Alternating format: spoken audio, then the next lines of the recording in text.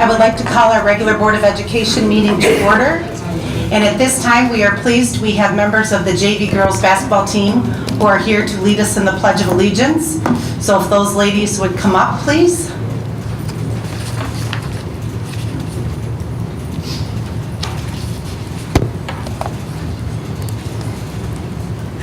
Oh my gosh, they are so nervous. They're powerful on the basketball court, but oh my gosh, if they've got to come and do the pledge, right? Okay, I am going to introduce who we have with us tonight. And ladies, when I call your name, if you'll just give a little wave to the crowd and to the TV camera, please. We have Faith Blissett. Oh, I like it. I want everyone to do what she just did right there. Amanda Brown. Alicia Christensen, Kayla Gallardo, Allie Ingman, Alyssa Nettles, Anna Marshall, Lexi Rajewski, Maddie Rio, Mary Shoeboy, Taylor Skatska, and Emily Tackaberry. And they also have with them, who out in the audience, their coach Jen Riggs. So we thank them for coming and doing that this evening. And at this time, if we could all please rise for the Pledge of Allegiance. When you're ready, we're ready, ladies.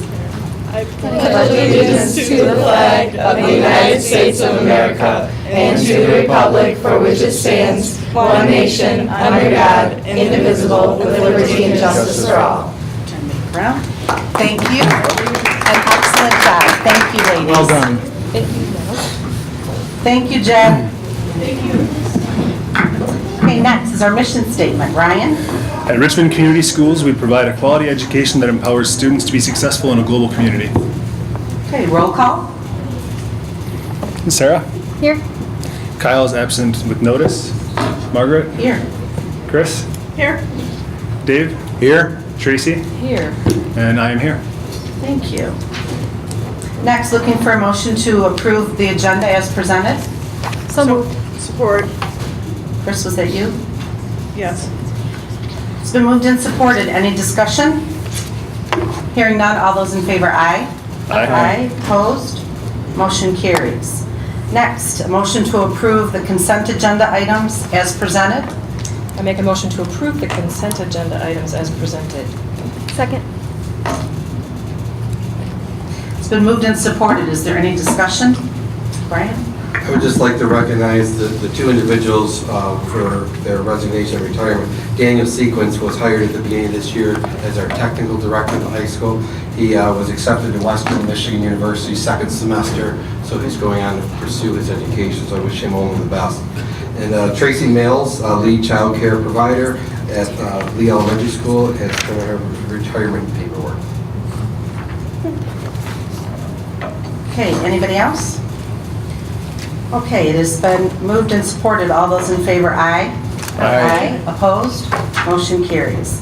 Next is our True Blue moment. It is a time at our meetings when we like to take a moment to recognize great things that are happening in the district.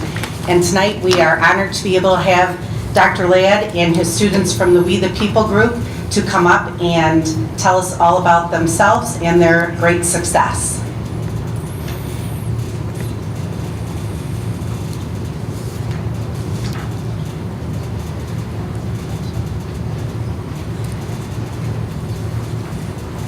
We the People is a statewide competition that we engage in. It's called We the People, Citizens in the U.S. Constitution, put on by the Center for Civic Education. And we run this through our AP Government and Econ course. And what it is, it's a competitive competition against other schools where the students have to make presentations and then answer follow questions from a panel of judges, such as what you see up here. Mr. Walmsley, you kind of helped us prepare a couple years ago, so you have a little familiarity with it. So we have with us here, we have, who's over at this? Dominic Nicolopoulos, Nick Sisterman, Lexi Rajewski, Emily Zmarek, Emily Gore, Izzy Ferranti. I always get Ashley and Emily confused, that's why I'm laughing. Ashley Telto, Andrew Ball, and Andrew Zauner. So, guys, why don't you share with the group what we did to prepare and everything that happened? I thought it was really cool because we were able to learn about our Constitution, and we were able to apply it based off of our own knowledge and our own research that we did previously throughout the year. And we didn't use any notes besides our prepared responses, so that was really cool because I didn't really know much about our Constitution before this class. And then after, now I have so much knowledge with different court cases and Federalist Papers and just everything that's just basic knowledge about our Constitution. And to add on to that, I'd say I enjoyed the classes. At first, I didn't know really much about our government that much. I knew a little about the Constitution, but not the other documents that went with it and how our roots from Britain and their documents, or political things and political parties and such. But at the end of this, I come out and I know much more of this, and I feel it helps prepare for the outside world a lot more as I go through life. So. I thought it was really cool just like how much knowledge we gained from this class, because like most people in this class, I barely knew anything about our government or about the Constitution before I came. And now just I can have conversations with people in my family or friends if they wanted to talk about something that's going on with the news or like just anything more political or recent. I think it's just really cool that I can like talk to them about it and really understand the conversations. I thought the competition was cool because I feel more comfortable like speaking in front of people now, and I'm more open and not nervous anymore. I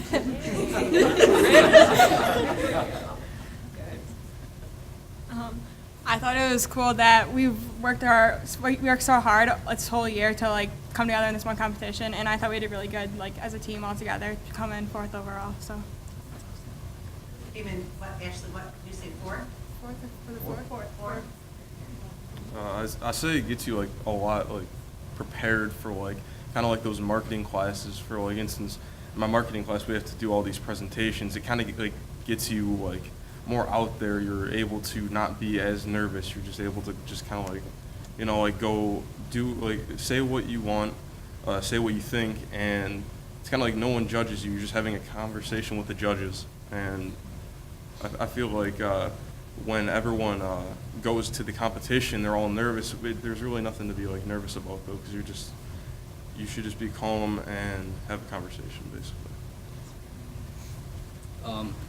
At first, before I took this class, I was nervous about it. I was nervous about getting up in front of the judges, and I thought they would be really like critical on what you had to say, but they really weren't. They sat back, they kind of listened, they kind of let you teach them, and that's what I really liked about it. All of our studies went to good use in teaching them what we knew and all of that. That's what I liked about it. I think it was really beneficial to go to this competition because, I mean, like everybody else, I never really had I never really like studied government before, really understood it necessarily. Like I did, but like I think I thought I did, but now I actually can like have an opinion in government. Where before I would just be like, oh yeah, it sounds good, but now I can actually be like, oh well, like this applies to like the whatever amendments, and I can like bring those out, and then I impress people because they're like, what the heck, you knew about that? Just like so, I think it yeah, it's very beneficial because you learn a lot of new information that I feel like you wouldn't really learn if you didn't take this class. I also found the competition really fun. The preparation, it was in depth. Thanks to Dr. Ladd. It was easy though. We were well prepared, and it was a lot of fun. The stuff we knew, I had no clue about coming into this class, and it really helped me overall. And I'm glad I took this class.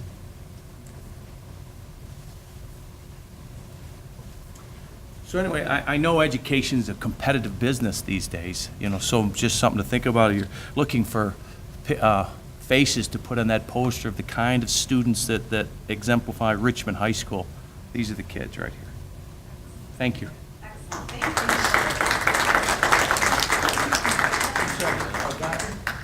Doctor, how many schools were in competition? We took fourth? We took 4th, yeah. There are 50, because each congressional district gets one team. So there's 15 are scheduled to be there, but the weather was brutal. So it ended up being 7 made it this year. Wow. It was 3 hours to get to Lansing. No, thank you. It's too bad they don't plan it a different month. It seems like that happens a lot. Yeah, it's where been we real plan regular. for all that. But the national competition's in March. Oh, okay. So that they think that doing it in December would be too soon because we can require it about. Right. Thank you very much. Good work, everybody. Yes, very good. Thank you. next? Board Member Recognition Month.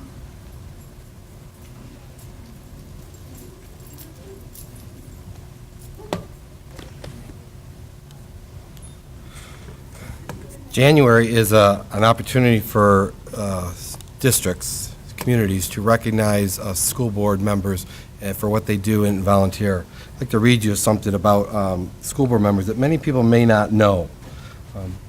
As citizen leaders, individual school board members face complex and demanding challenges. They are alternatively described as having the most important volunteer job in the country and facing the toughest challenges in elected American government. Yet school board members are just ordinary citizens with extraordinary dedication to not only the schools in Michigan, but the 7 here in front of us, to Richmond Community Schools. Public education is the backbone of our American society. Local school boards are deeply rooted in this U.S. tradition. It's the foundation for which our democracy is built. Today, local school boards continue to do the most important work of their communities, that is, educating our youth. Their job is to establish the vision for educational programs, design structures to achieve that vision, ensure schools are accountable to the community, and strong advocates for continuous improvements in student learning. The job of the school board member is tough, long hours, and the thanks few and far between. Too often we are quick to criticize school board members without really understanding the complex nature of their decisions. School board members come with a variety of backgrounds, yet they share a common goal: helping students achieve in school and life. We often forget about the personal sacrifices school board members make. Board members contribute hundreds of hours each year leading their district. The time spent at board meetings presents just a small fraction of the hours school board members spent leading this district. Collectively, in the state of Michigan, they spent more than 7,500 hours on professional development to keep abreast of latest trends in educational leadership, are deeply involved in community activities, and have spent hours in extracurricular events. They continuously advocate for children across our state. And in this past year alone, the state of Michigan school board members have made more than 1,100 passionate pleas to legislators, speaking out against budget cuts and pushing for smart reforms of schools. The month of January marks our annual observance of School Board Recognition Month. It's a time to show our appreciation to the 7 dedicated individuals here before us tonight. On behalf of the students, staff, and the Richmond community as a whole, I thank you for the dedication you exhibit each and every day and the sacrifice you choose to make in order to ensure public schools continue to educate and shape our leaders for tomorrow. So on behalf of the school district, you'll see in your packet there is a resolution that was passed by the governor. It says, on behalf of the people of the state of Michigan, I, Rick Snyder, Governor of Michigan, do hereby proclaim January 2018 Local School Board Recognition Month. Whereas Michigan is home to more than 600 boards of education that work to enrich the lives of Michigan students through education and directly influence instruction in Michigan public schools. And whereas Article 8, Section 2 of the Michigan Constitution of 1963 states that providing for an education of Michigan children is a fundamental duty of the state government. And whereas local school board members are exceptional men and women who have committed themselves to this duty by governing school districts and advancing student achievement in the schools and communities for which they serve.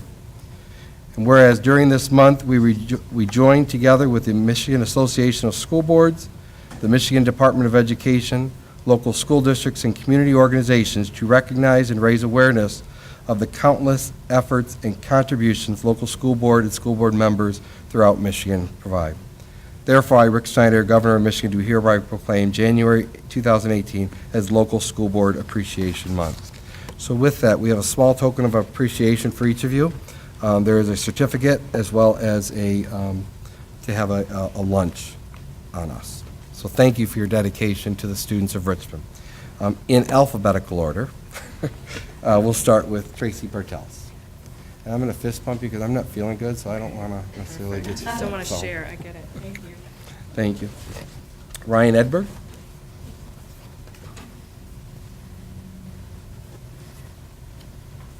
Probably should elbow bump early. There you go. Thank you. Thank you. Christine Furtaw. high five? There you go. All right, air high five. Sarah Gillis.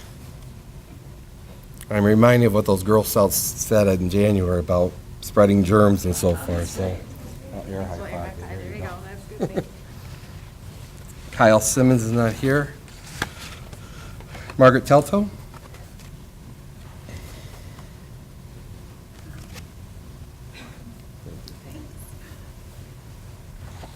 And David Worth. We'll go for the other. There you go. Thank you so much. Again, on behalf of the over 1,500 students in our district, from pre-K through 12, I thank you for your leadership, your dedication to them, to make sure they have what they need to be the best they can be. Thank you. Okay, moving on. Public comment. It's a portion of our meeting that if someone would like to address the board, they may do so. You can come up to the podium. There should be a card there if you want to leave your name and number. It is not a question and answer period, but it is a time to address the board. If you have a question you need answered, someone will get back with you. You have 3 minutes to speak. Is there anyone who would like to address the board?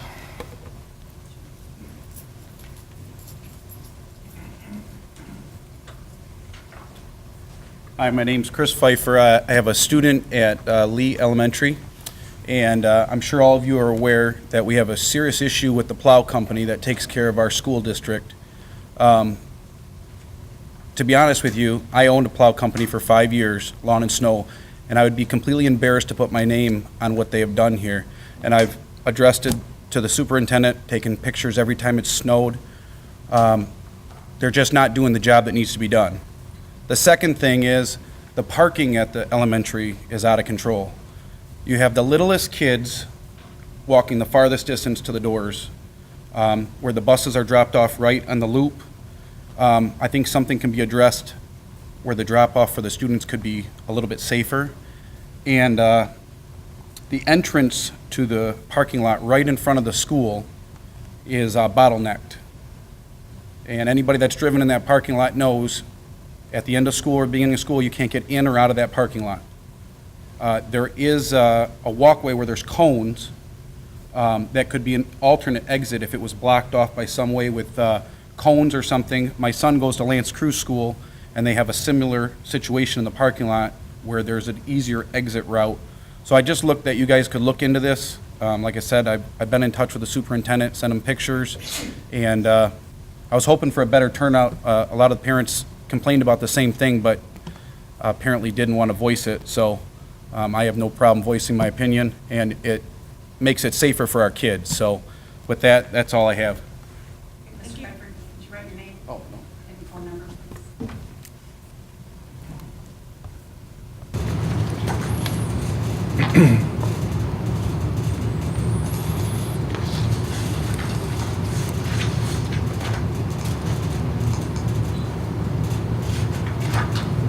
Thank you.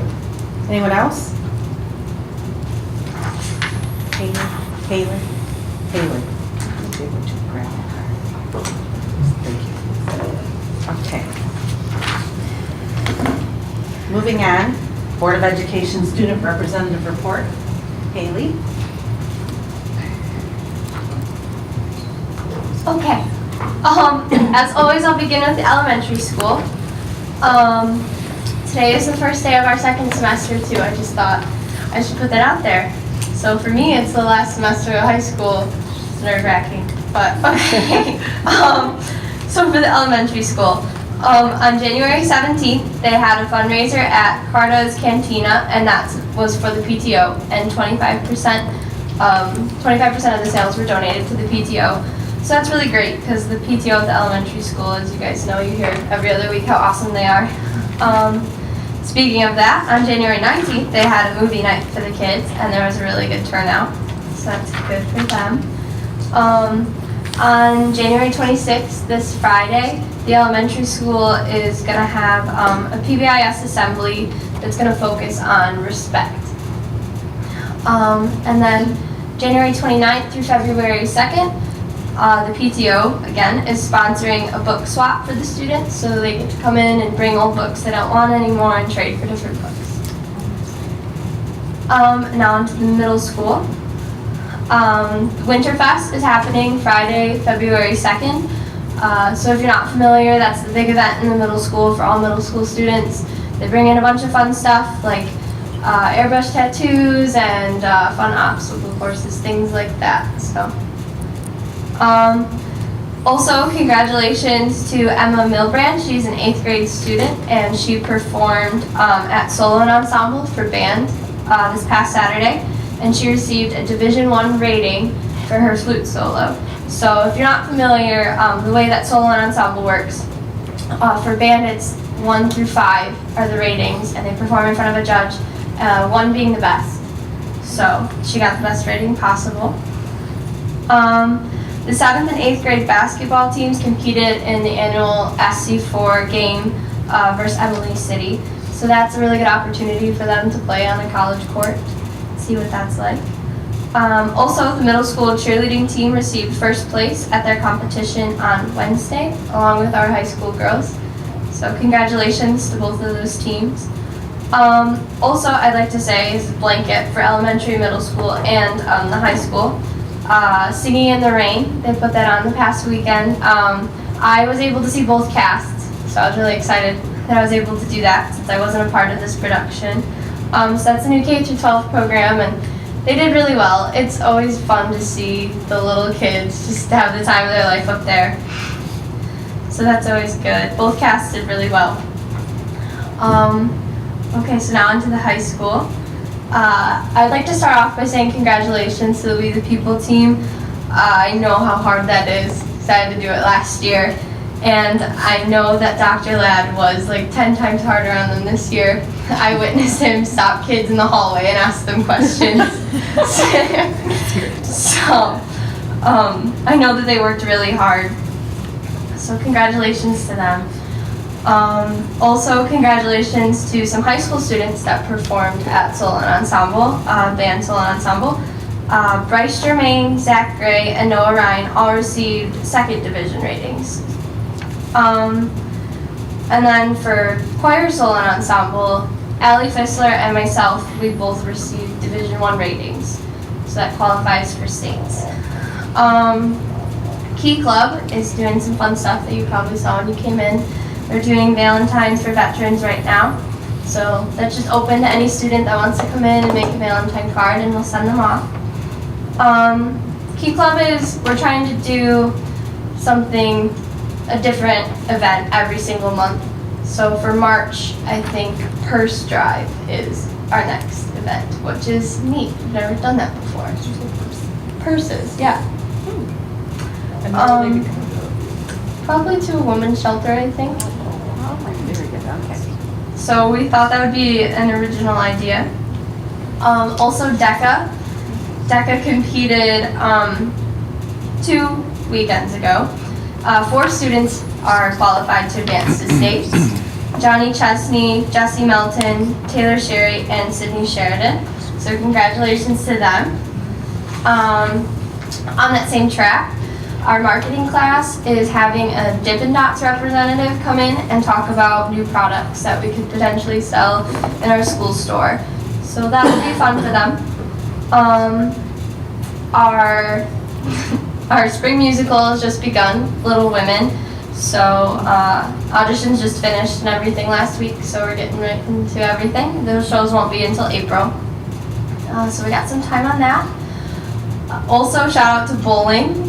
The boys qualified for 9th and girls 16th in the Macomb County tournament.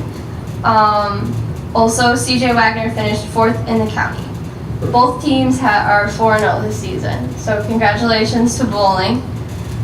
And then finally, we got a lot of nice things going on right now. I just figured I'd say that Snow Coming is coming up. Our next meeting actually is on the Monday of Snow Coming week. So the dance will be on that Saturday, February 10th, I believe. It might be the 11th. And then the game as well. Also, student government decided to put a new nomination system in place for Snow Coming Court. You have to nominate yourself if you want to be on court, and then once we have nominations of everyone, that list will go in front of a selected board of teachers and administrators that will just make sure that person will be eligible to attend the dance, doesn't have any disciplinary issues, and then from there the students will get to choose. So that's what's going on. Thanks, Susie. Okay, Superintendent legislative update. Last week, Monday, I had the fortune to attend the Interfaith for Racial Justice Martin Luther King dinner. Board Member Furtaw was there, and you see the packet in front of you in the program. We had invited all of our principals, and we had some students and parents from each of our schools. It was a very nice event, and it really showcases all the wonderful things that are going on in our county to celebrate the Dr. King and what he believed and stood for. At the legislative level, last week, the House of Representatives approved Senate Bill 574, which will allow charter schools to receive future enhancement millage dollars. In essence, it's not law yet because it has to go through the process, but it's gone through the first hurdle. If a countywide approves a millage, which if it's a special ed millage, or like Oakland County has a CTE millage they levy, charter schools within that county now receive those funds, where before it was only for the public schools that resided in that county. As the board knows, and from listening to the audience, oftentimes charter schools are third-party entities that aren't even in the state of Michigan as their home base, and so that money then is funneled from the county level, which the voters approve. It doesn't necessarily mean it necessarily is going to benefit the students, but it's one that we have been opposing. It narrowly passed the House. We are hoping that through the process it doesn't get approved. Right, but isn't it approved all the way now? Snyder is ready to sign it, isn't that what, like I think on Friday or something? I believe that's where it's at now, so it has not been signed. The bill that was approved was for future, so it's not existing villages.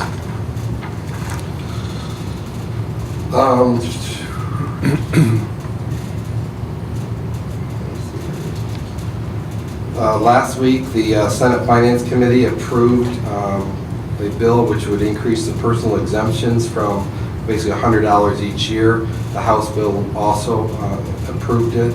The challenge is that any money that you're taking out of the fund, the general fund, is going to at some point have to be a reduction somewhere in the state organization. So we are concerned because there's no revenue source that's going to replace that money. The House Bill Education Reform debated Senate Bill 544, 546, 547, and 548, which would be an enhancement to the Michigan Education Savings Program. The Michigan Education Savings Program, you basically invest and it helps pay for your post-high school career. The enhanced would then allow parents to access those funds for non-core expenses even in high school. And the example they use is pay to participate. So if districts apply it, you can use your enhanced Michigan Education Savings Program to pay for those funds. The one that we are watching very closely is Senate Bill 684 and 685. It passed out of committee. It hasn't been, but it basically requires school district boards to ensure that each pupil revises his or her educational development plan each year of high school. We're often referred to as EDPs, which we do in the process of course selection. We review that with students, but the requirements in this bill are a lot more one-on-one with students, and there's no compensation or reimbursement for district expenses for this new mandate. It also looks at Senate Bill 685, which is one of those, talks about having grades 6 through 12 have work-based learning experience. In essence, basically moving CT courses down to the middle school level, which these mandates by the state, if approved, somewhat dictate to local school districts what you can and can't offer, because there's only so many minutes in a day. So we're watching that closely. With no potential extra dollars to There's fund those no, courses. there's no funding tied to this at all. Right. No dollars to support these programs at this point. Right. This coming Wednesday is the House Appropriations Committee. They're going to review the consensus revenue conference, which basically has said that the school aid fund has increased. There is more money in the school aid fund than they projected, while the general fund is a slight decrease or less money. So it's going to be interesting what they do with that increase in the school aid fund. Probably the biggest news that I think from a public school perspective is last week, before I get to that one, tomorrow night at 7 o'clock is the final State of the State address by Governor Snyder. It will be interesting what he lays out for the legislator and his role as he becomes a exiting governor and a new governor this fall.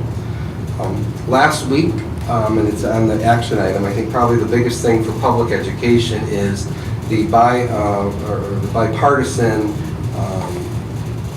report that came out regarding school funding, and it was the Michigan School Finance Collaborative. And if anybody's interested, I know it attached to your board document, but the 400 and some odd page report. But basically this committee, as I mentioned at the last board meeting, sat down Republicans, Democrats, independents, business people, and it's drawing national attention because it is the most comprehensive study of public schools to date that looks at multiple factors, but it talks about what does it cost to educate a child. And we currently receive 76.31. I think it's I could be off the top of my head, 76.31 per pupil. And this report says, and I'll just pull up a couple of key findings to the report. It says they have determined that the base per pupil cost to educate a regular education K-12 student in the state of Michigan is $9,590. So for us, that's $2,000 less. The original, that we received $2,000 less, we should be. The original report that was put out by the governor's office when the legislation did an executive order in 2016, that same report came with roughly that same dollar amount. So for Richmond, they are telling us that we are short about $2,000 per pupil.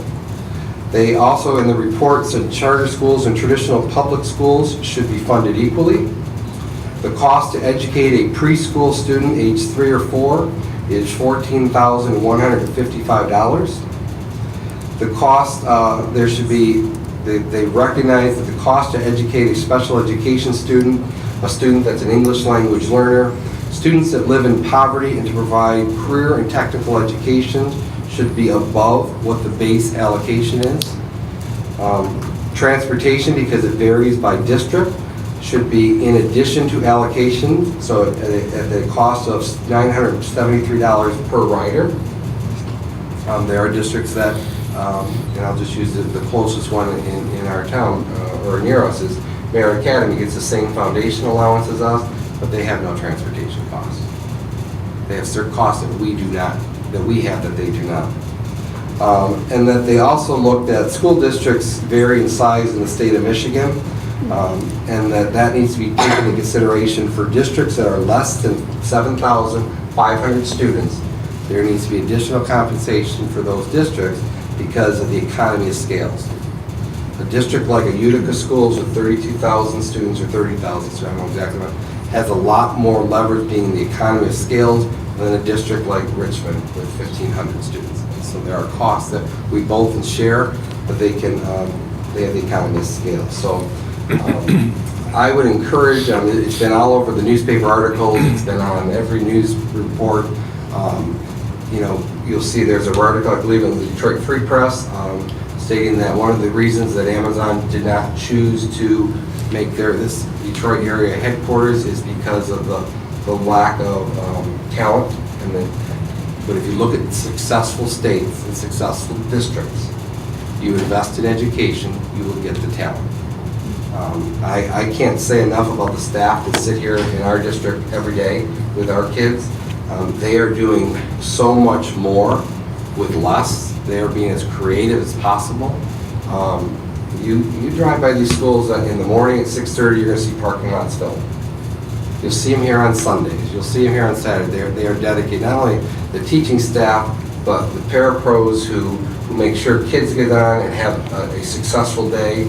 The administrators who are here countless hours. I think the devaluing of education over the last 8 years, particularly, has caused to a shortage of people going into the education, which we are seeing.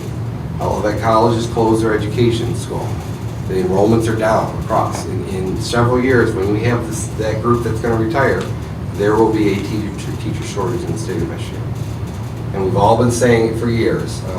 And this report, my hope is that as the legislation moves forward, or the legislators move forward, they look at how we're spending our money and allocate to invest in our state. So, that's all I have. Thank you. Next, items of interest for members of the board. Does anyone have anything? I too saw Singing in the Rain, just the one group's performance, but they did do a really good job. It was fun.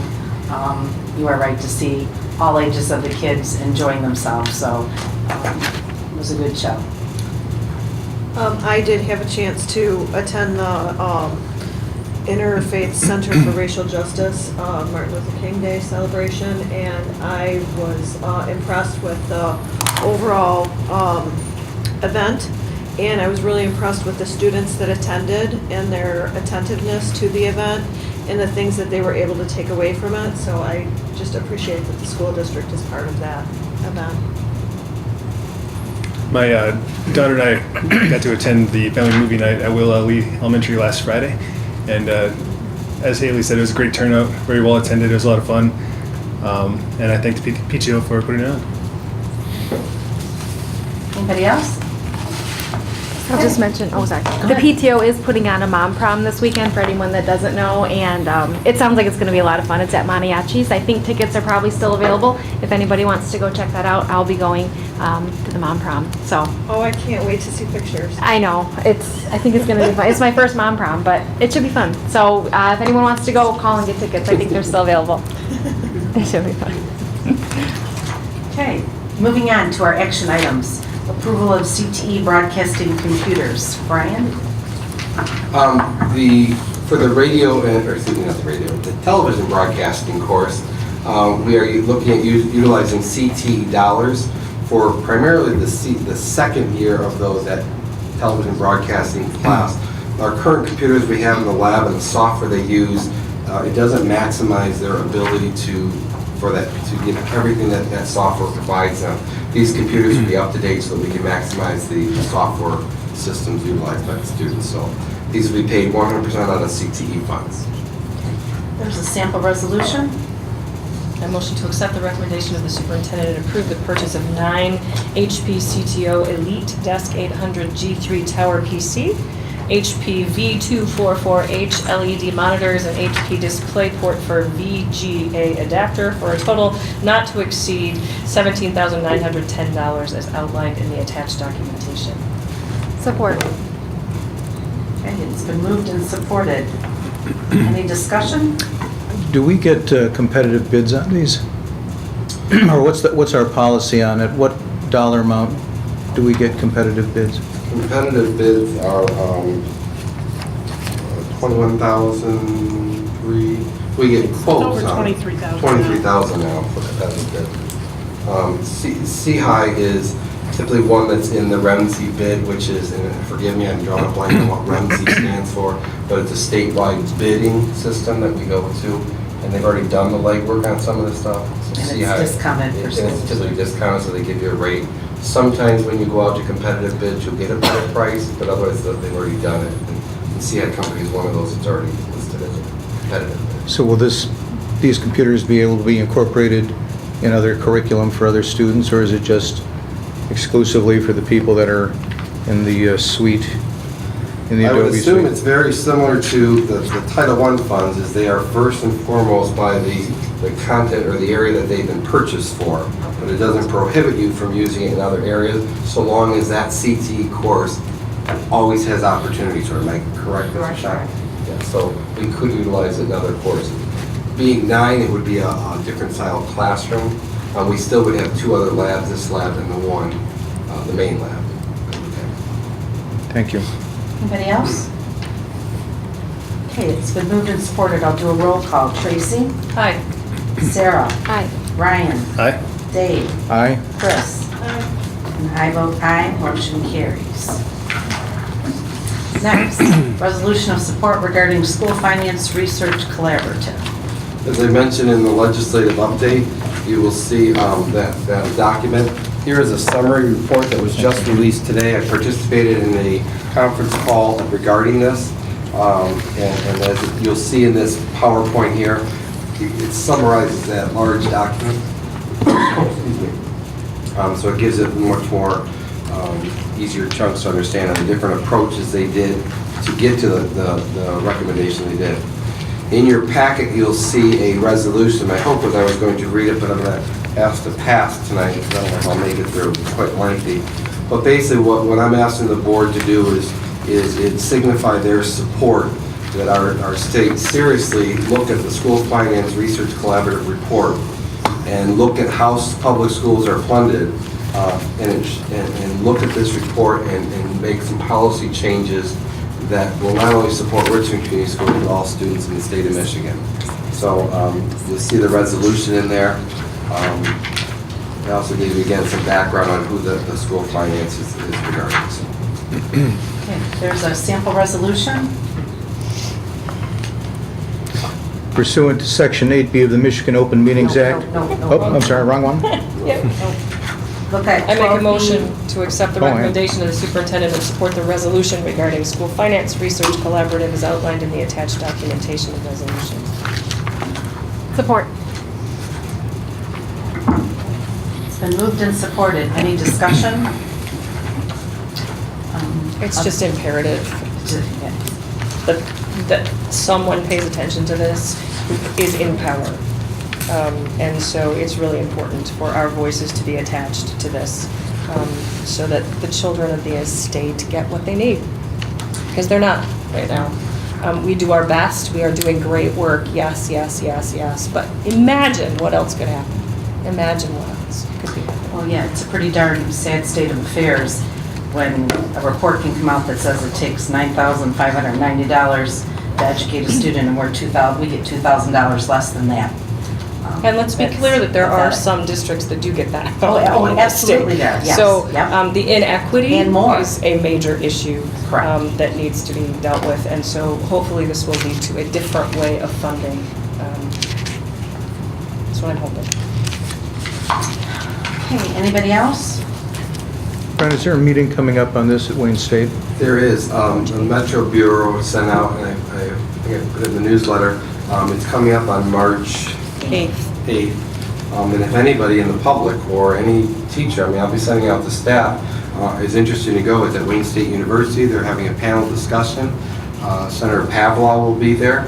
As you know, he's one of the chairs of the Education Committee, as well as representatives from the report, local superintendents, county level superintendents.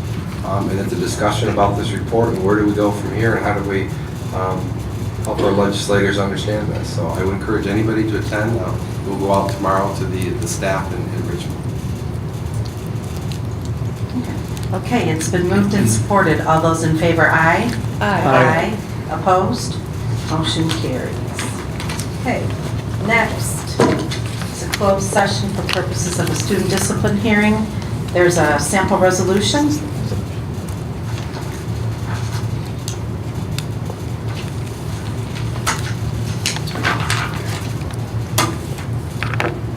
Pursuant to Section 8B of the Michigan Open Meetings Act and upon request of the student's parent guardian, I move that the Board of Education go into closed session for the purpose of conducting a hearing to consider the discipline of a student whose identity is known to the board as student 012218.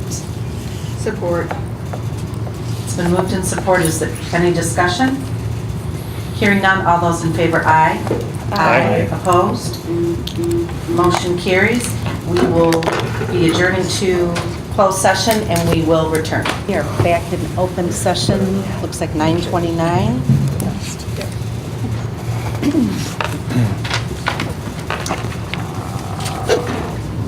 Item 14, student discipline 012218. There's a sample resolution. Oh, wait, is that right? No, try this one. Sorry. Are you looking for a motion? Yes, All I right. am. I motion that following a closed session hearing, the board votes to suspend a student whose identity is known to the Board of Education, consistent with the attached resolution. Support. It's been moved and supported. Any discussion? Hearing none. All those in favor, aye. Aye. Aye. Aye. Opposed? Motion carries, and we are adjourned at 9:30.